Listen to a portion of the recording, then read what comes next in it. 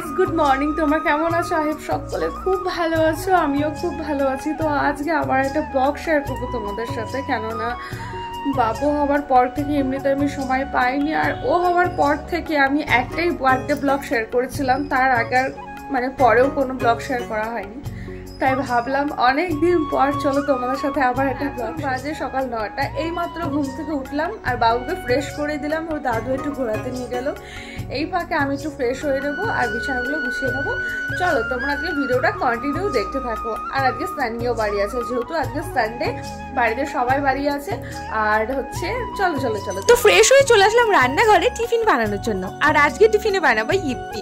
ইপ্পিটা আমি next time খাচ্ছি, first time খেয়েছিলাম ক্লাস 5-এ, কারণ খুব একটা আমি পছন্দ করি না। আর এদিকে আমার ছেলের মজা দেখো, ও খাবে এমন ভাবে তাকাচ্ছে, ও যে কোনো খাবারই এইভাবে তাকাবে, মানে তাকানোর জন্য আর খেয়ে উঠতে পারি না।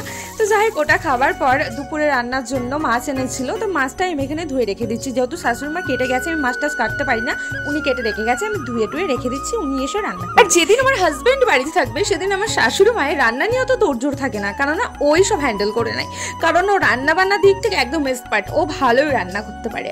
তো যাই হোক, আমাকে বললো দুটো কাঁঠালের বিচি এনে দিতে। আমি বলছি বিচি কি, বীজ বলে এগুলো। আর ওদিকে পাপ্পাকে শুয়ে দিয়েছি, ও শুয়ে দোলনা খাচ্ছি। আর এদিকে আমি একটা ভাজি বসিয়ে দিয়েছি। আমাদের দুপুরের খাবারটা খেতে প্রায় অনেকটাই লেট হয়ে যায়, কেননা শাশুড়ি মা তো দোকানে থাকে, কেউই বাড়ি থাকে না সকালে, সবাই নিজের নিজের কাজে বেরিয়ে যায়। আর আমি রান্না বান্না খুব একটা করি না, খুব একটা বলতে আমি করিই না রান্না বান্না। তো শাশুড়ি মা দোকান থেকে আসে, ফ্রেশ হয়, তারপরে রান্না বসায়, তাই অনেকটা লেট হয়ে যায়। আবার আমি রান্না করি না বললেও এটা ভুল। যেদিন পাপ্পা শুয়ে থাকে আমি যতটা পারি টুকটাকের উপর যদি রান্না থাকে অতটা হ্যাপাচাপা থাকে না, কারণ কাঁচা সবজি রান্না বান্না আমার দ্বারা খুব একটা হয় না। চিকেন, মাছের সবজি বা যেরকম একটা পদ বা ভাজা হলে আমি রান্না করে রাখি। আর এই লাল ফুলগুলো বাচ্চারা নিয়ে খুব খেলা করে। আমি অনেকদিন তো বলছি আমার বরকে নিয়ে আসতে, ও কি ফুল আর কেমন ফুলই বুঝতে পারছিল না। আমার শাশুড়ি মায়ের যে ফুলটা, আমি ফুলটাই আমি দেখছি। আর আমার বরের কাণ্ড দেখো, 2 গ্যাসেই পুরো রান্না বসিয়ে দিয়েছে, কারণ আমার মা এসেছে আজকে রবিবারে এখানে বাজার করতে। আর আমার এই কাছে বিয়ে হয়েছে বলে, আমার বাড়ি আর আমার শ্বশুর বাড়ি ডিফারেন্স হচ্ছে 8 কিলোমিটার রাস্তা। তো কেউ এসে আমার বাড়িতে বেশিক্ষণ থাকে না, খেতেও চায় না, কোনো দরকার বশত আসবে আবার চলে যাবে। তাই আমার বড় আজকে ভেবেছে আজকে কোনো রকম ছাড়বে না, খাওয়া দাওয়া করিয়ে ছাড়বে।